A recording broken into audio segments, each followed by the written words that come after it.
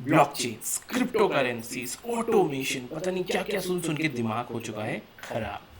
And the problem is जब हम इसको ढूंढने जाते हैं, जब इसको सर्च करने जाते हैं, तो कोई ऐसा नहीं है जो हमको उसको ईजिली समझा दे कि भाई this is something which is blockchain, this is something which is actually crypto currency, and this is something जहाँ से हम उसको समझ के अपनी लाइफ में यूज कर सकते हैं, या उससे पैसे कमा सकते हैं, या उससे अपना करियर बना सकते हैं। Nobody is telling you that, कोई नहीं बता रहा है ये सब चीज़ें कैसे करें।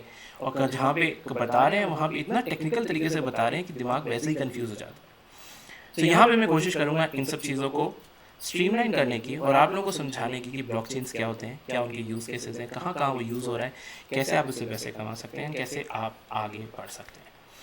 And hello everyone, my name is Ishwar, I'm a chartered accountant, and I am someone who is going to go ahead and teach you all of this. If you are the first timer in my channel, welcome. If you want to continue receiving all the notifications or all the stuff that I make, press that subscribe button and the bell icon so that you are notified as soon as a video hits my channel. अब without further ado चलते हैं, समझते हैं blockchains होती क्या है। Blockchains एक ऐसी चीज़ है जो समझते समय हमको ये लगता है कि कैसे समझें। एंड सिंपल सी बात है, आप जा सकते हो गूगल पे और गूगल पे इसको सर्च करके आप डेफिनेशन पढ़ सकते हैं। डेफिनेशन पढ़ के ठीक है समझ गए, ओके ये अब करें क्या इसका, या फिर इसको और इजी तरीके से कैसे समझें। ब्लॉकचेन कुछ है नहीं वैसे, मैं आपको ऐसे बता रहा हूँ जैसे कोई बहुत बड़ी हाई फाई टेक्नोलॉजी है, कुछ अलग से आ गया है। इट्स जस्ट बेसिकली हम लोगों ने एक डिफरेंट टेक्नोलॉजीज़ को क्लब करके एक ऐसी टेक्नोलॉजी क्रिएट कर ली है which is helping us in upgrading और creating a value for the end user. Now what exactly is blockchain, I explain you with the help of an example. एक काम करते हैं, एक एग्जांपल लेते हैं जहाँ पे ये समझने की कोशिश करते हैं, चलो जो कि मोस्ट प्रॉब्ली आपकी पूरी लाइफ से रिलेट करता होगा और शायद इसके थ्रू आप लोग उसको बेटर विजुअलाइज कर पाएंगे। तो क्या करते हैं, सबसे पहले चलते हैं, सबसे पहले समझते हैं कि आप जा रहे हैं कहाँ, आप जा रहे हैं मूवी देखने। गए नहीं है 1.5 साल से, वो अलग बात है बिकॉज ऑफ पैंडमिक, बट आप जा रहे हैं, ठीक है। तो जब आप मूवी जाते हैं तो आप अकेले तो जाएंगे नहीं, आप अपने फ्रेंड्स के संग जाएंगे और या फैमिली के संग जाएंगे। चलिए फैमिली के संग, इस बार फ्रेंड्स के संग चलते हैं। जब आप फ्रेंड्स के संग मूवी जा रहे होते हैं तो हमेशा क्या होता है कि 3-4 दोस्त होते हैं या 2-3 दोस्त होते हैं, वो जा रहे होते हैं, बट ऐसा नहीं होता है कि सब अपना अपना टिकट मूवी हॉल में जाके खुद खरीदते हैं। तो हम क्या करेंगे, हम बेसिकली जाएंगे, हम मूवी हॉल में टिकट क्या करते हैं, कोई एक इंसान टिकट खरीद लेता है, कोई खाने पीने के पैसे दे देता है, कोई आने जाने के पैसे दे देता है, और फिर एंड में क्या होता है जो टोटल एक्सपेंस होता है उसको हम डिवाइड बाई 3 कर लेते हैं, 5 जितने दोस्त थे, और उसको हम डिवाइड करके आपस में जिसने जितना कम दिया होता है वो कॉन्ट्री कर देता है, जिसने ज़्यादा दिया होता है उसको, ठीक है। अब इसमें हमेशा एक बात सुनी होगी आपने, आपका एक दोस्त कभी आगे कहता है यार उसने ना पैसे ज़्यादा ले लिया है, मैं बता रहा हूँ उसने पैसे इतने खर्च नहीं किए थे, वो मूवी की टिकट इतनी हो ही नहीं सकती है। अगर मूवी की टिकट 200 रुपये ना तो उसने पक्का डिस्काउंट लगाया होगा, डिस्काउंट लगाने के बाद ना उसको वो मूवी की टिकट 150 रुपये की पड़ी होगी और हमको उसने बेवकूफ़ बना के 200 रुपये की मूवी दिखा दी, ठीक है। तो इसको सॉल्व करने के लिए हम लोग कभी ये कह सकते हैं कि चलो अच्छा ठीक है, ये सब चीज़ें हमारे दिमाग में हो सकती हैं, तो हम एक काम करते हैं, गूगल शीट बना लेते हैं। गूगल शीट बना के गूगल शीट में हम क्या करेंगे, सबकी ईमेल आईडी डाल देंगे ताकि जब भी कोई एक्सपेंस करे तो वो एक्सपेंस का स्क्रीनशॉट अलॉन्ग विद क्या कहते हैं द एक्सपेंस लिख दे, ताकि हम सब लोग उस स्क्रीनशॉट को देख सकें और हम कह सकें हाँ हाँ एक्चुअली में इसने इतना एक्सपेंस किया था। लेकिन प्रॉब्लम क्या है इन सब चीज़ों में, there are 2 problems which are out there. One is ये जो डेटा है ये सेंट्रलाइज सर्वर पे है। सेंट्रलाइज सर्वर पे तो हमें तो फ़र्क नहीं पड़ रहा, मूवी अगर ये डेटा लूज भी हो जाएगा तो हमें क्या फ़र्क पड़ जाएगा, कोई बात नहीं, हम अगली बार ध्यान रख लेंगे या अगली बार कोई दूसरा तरीका अपना लेंगे। इमेजिन करिए ये पूरी की पूरी एक कंपनी थी जिसने हज़ारों लाखों ट्रांजैक्शन जो हैं वो ऐसे ही स्टोर करके रखे हुए थे।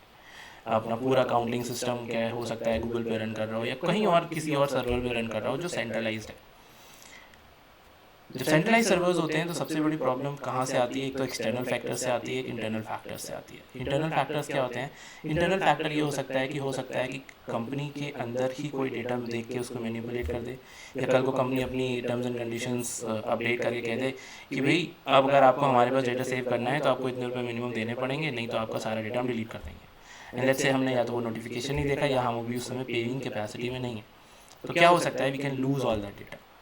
दूसरी चीज़ है एक्सटर्नल। अब हो सकता है क्योंकि वो एक सेंट्रल सर्वर था तो बाहर से काफ़ी लोग उस पर अटैक करने की कोशिश कर रहे हो, एंड हाँ उनके बैकअप साइट्स होंगे, उनके हॉट साइट्स होंगे, कोल्ड साइट्स होंगे, वो सब that is not the point of question. लेकिन एक पॉइंट ऑफ टाइम पे क्या होगा, उनका सेंट्रल सर्वर अगर हैक हो गया तो वो पूरा का पूरा डेटाबेस कॉम्प्रोमाइज़ हो जाएगा। एंड वो सर्विसेज डाउन हो जाएंगी for the time being at least, कि we are going to come up with some time later, we are under maintenance, we are under attack, या ऐसे करके कोई नोटिफिकेशन आ सकता है आपके लिए।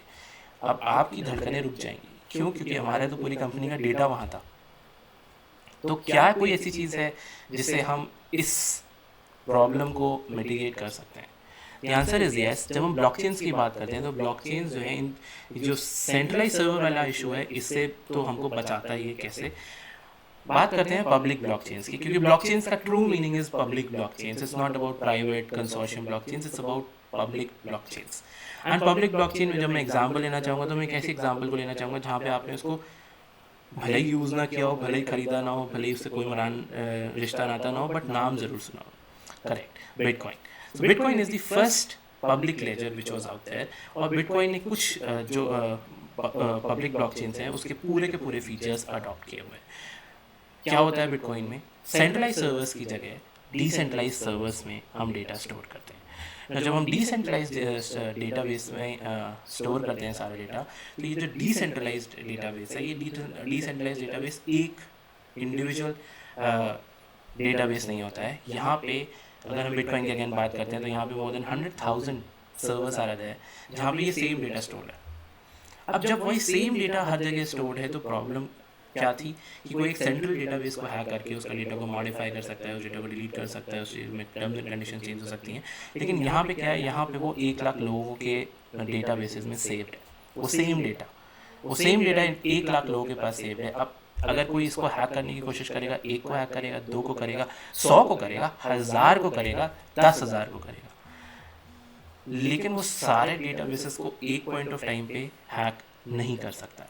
तो और अगर कोई इंटरनली भी, पहली बात तो चेंज कर नहीं सकते हैं, लेकिन मान लो किसी ने कोई तरीका निकाल लिया फॉर एग्जांपल और उसको डेटा को मॉडिफाई करने की कोशिश करी, तो हो सकता है एक सर्वर पे वो डेटा जो है वो गलत मान हो जाए, लेकिन जो बचे हुए 99,999 सर्वर्स थे वहाँ पे जो ओरिजिनल डेटा है वो अभी भी स्टोर्ड है। तो वो क्या करेंगे, जो सिस्टम बनाया गया है वो सिस्टम इस हिसाब से बनाया गया है कि वो जो 99,999 जगह डेटा था वो इस डेटा को चेक, वो और जो ये डेटा जो गलत था वो इस डेटा को, जो गलत डेटा है उसको इग्नोर कर दिया जाएगा, और वो जो, क्योंकि मेजॉरिटी के पास करेक्ट डेटा है अभी भी, तो वो मेजॉरिटी वाला डेटा जो है उसको आगे ले जाया जाएगा, उसकी वैल्यू क्रिएशन होगी। So that is where you go ahead and you create something which is where कि यहाँ पे जो सेंट्रलाइज सर्वर्स का इशू था हमारे पास वो पूरा का पूरा चला गया है। अब दूसरी चीज़ क्या हो सकती है, कोई भी आके हो सकता है आपके रिकॉर्ड्स को मॉडिफाई कर दे। मतलब जब आप मूवी भी जा रहे थे तो हो सकता है आपका दोस्त पहले मूवी की टिकट्स में 1000 रुपये दिखा दे, फिर बाद में हो सकता है वो 1200 रुपये लिख दे और आपको पता ना चले, हो सकता है ऐसा। लेकिन यहाँ पे क्या है, जब भी आप कोई भी चीज़ ब्लॉकचेन्स पे लिखते हैं, यानी कि एक पर्टिकुलर आपने कोई ट्रांजैक्शन किया, वो ट्रांजैक्शन एक ब्लॉक पे लिखा गया, वो ब्लॉक जो है वो ब्लॉकचेन पे आ गया, तब वो डेटा जो है वो इम्यूटेबल बन जाता है। इम्यूटेबल का मतलब क्या है, आप अब उस डेटा को एडिट नहीं कर सकते। एडिट नहीं कर सकते का मतलब ये है, you can not go ahead, you can not modify that data, you can not delete that data, you can not edit that data. Exactly. तो वो डेटा जो है वो इम्यूटेबल बन जाता है, एंड जब वो इम्यूटेबल बन जाता है, the best part that it brings out is it gives you a true and a fair view. कोई भी डेटा मॉडिफाई नहीं, तो ऑडिट ट्रेल एक प्रॉपर बन रही है। अगर प्रॉपर ऑडिट ट्रेल बन रही है तो it's giving you a true and fair data. Okay, so this is another benefit that you get out of here. Then the last thing is it is not managed by a single entity. कोई एक single entity के पास ये database नहीं है जो कहते हैं अच्छा ये मेरा डेटा है, कल को मैं अपनी टर्म्स एंड कंडीशंस चेंज कर रहा हूँ, एंड अब आपको अगर या तो मेरी टर्म्स एंड कंडीशंस माननी पड़ेंगी, अगर आप नहीं मान रहे हैं तो मैं करूँगा आपके डेटा को डिलीट या आपके डेटा को मॉडिफाई, वो सब चीज़ें।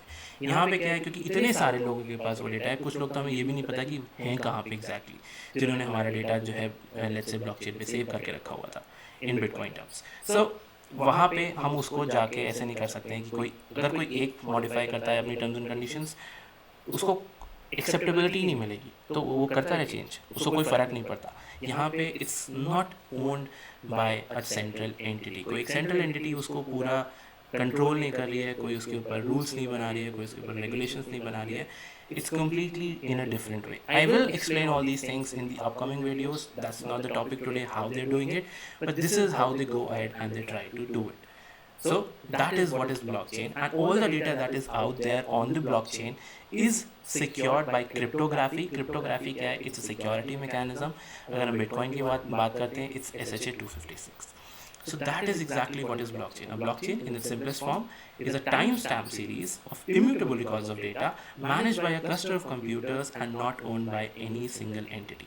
I hope that makes it pretty much clear to you what exactly is a blockchain. कोई भी चीज़ अभी भी नहीं समझ में आई है, go ahead, write it in the comment section, and I will be more than happy to go ahead and help you out in giving you all the answers. If you're still not subscribed, go ahead and subscribe it, share it with your friends so that they can also learn, and likes करते रहिएगा ताकि मेरा motivation जो है वो बना रहे, and I make more and more such videos so that I can create an impact and I can help you in understanding all these technologies out there. So see you in the next video. Till then, bye bye and take care.